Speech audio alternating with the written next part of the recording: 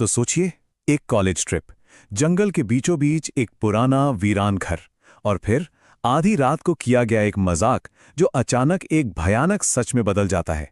आज हम एक ऐसी ही कहानी की गहराई में उतरेंगे जो दोस्ती, डर और उन हदों के बारे में है जिन्हें शायद कभी पार नहीं करना चाहिए था। और इस पूरी कहानी की शुरुआत होती है उस घर के केयरटेकर की इसी चेतावनी से। ये सिर्फ शब्द नहीं थे, ये आने वाली खतरनाक घटनाओं की एक तरह से भविष्यवाणी थी। एक ऐसी चेतावनी जिसे उन दोस्तों ने मजाक में उड़ा दिया। तो इस कहानी के मुख्य किरदार हैं राघव, जो थोड़ा आप कह सकते हैं डरपोक किस्म का है, और उसके दो दोस्त मनोज और गौरव।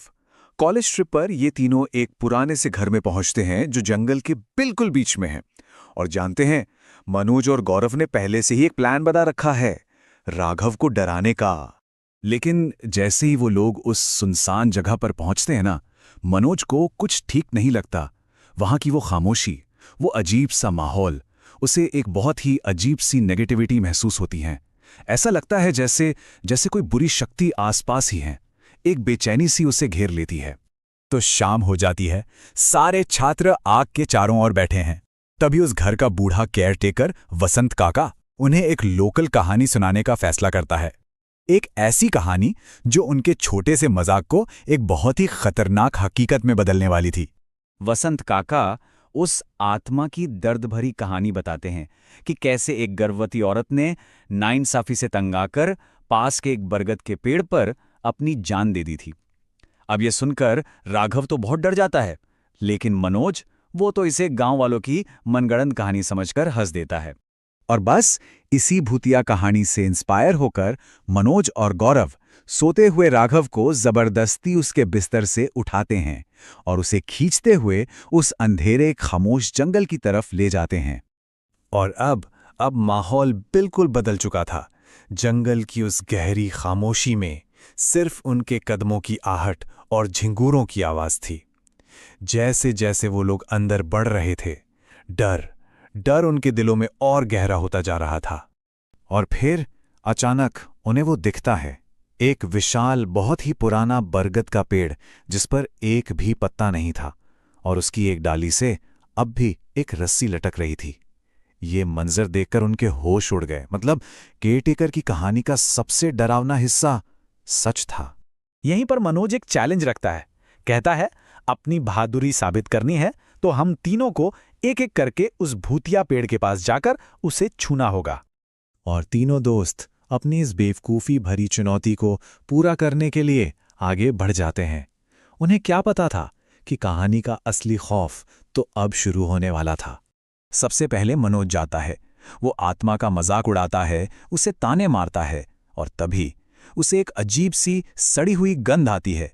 फिर गौरव की बारी आती है, और आखिर में डरा सहमा राघव तेजी से भागकर पेड़ छूता है और वापस आ जाता है। जैसे ही उनका ये डेर पूरा होता है, घने अंधेरे से एक बहुत ही गहरी और अजीब सी आवाज आती है। एक ऐसी आवाज जो उन तीनों में से किसी की भी नहीं थी, और यह आवाज उनकी रूह तक को कंपा देती है। ये सवाल कि आखिर ये आवाज किसकी थी, उनके दिमाग में गूंजने लगता है। उन्हें कुछ समझ नहीं आता कि उन्होंने क्या सुना, और बस दहशत में घर की तरफ भाग पड़ते हैं। अगली सुबह होती है। रात का तनाव शायद थोड़ा कम हुआ था, लेकिन एक नया कन्फ्यूजन, एक नया भ्रम पैदा हो गया था। राघव का बर्ताव बहुत ही अजीब था। बिल्कुल चुपचाप, किसी से कोई बात नहीं, बस खाली नजरों से उसी भूतिया पेड़ की तरफ देखे जा रहा था। उसे ऐसा देखकर मनोज और गौरव को तो पक्का यकीन हो गया कि इस पर आत्मा का साया पड़ गया है। और तभी अचानक राघव जोर जोर से हंसने लगता है। वो बताता है कि वो तो बस पिछली रात के मजाक का बदला ले रहा था, ये सब एक नाटक था। ये सुनकर मनोज और गौरव की जान में जान आती है। वो चैन की सांस लेते हैं, लेकिन उनका ये चैन जल्द ही खौफ में बदल जाता है, क्योंकि जब मनोज राघव से उस गहरी आवाज के बारे में पूछता है तो राघव साफ साफ मना कर देता है। तब तीनों को एहसास होता है कि वो आवाज उनमें से किसी ने नहीं निकाली थी। तो फिर वो कौन था? इतने में ही वहां वसंत काका आ जाते हैं। वो उन्हें रात में बाहर जाने के लिए बहुत डांटते हैं और जाते जाते एक आखिरी डरावनी चेतावनी दे जाते हैं कि जंगल में जो शक्ति है वो आखिर चाहती क्या है। और अब कहानी अपने सबसे आखिरी और सबसे चौंकाने वाले मोड़ के लिए तैयार है, जब तीनों दोस्त वहां से निकलने की तैयारी कर रहे हैं।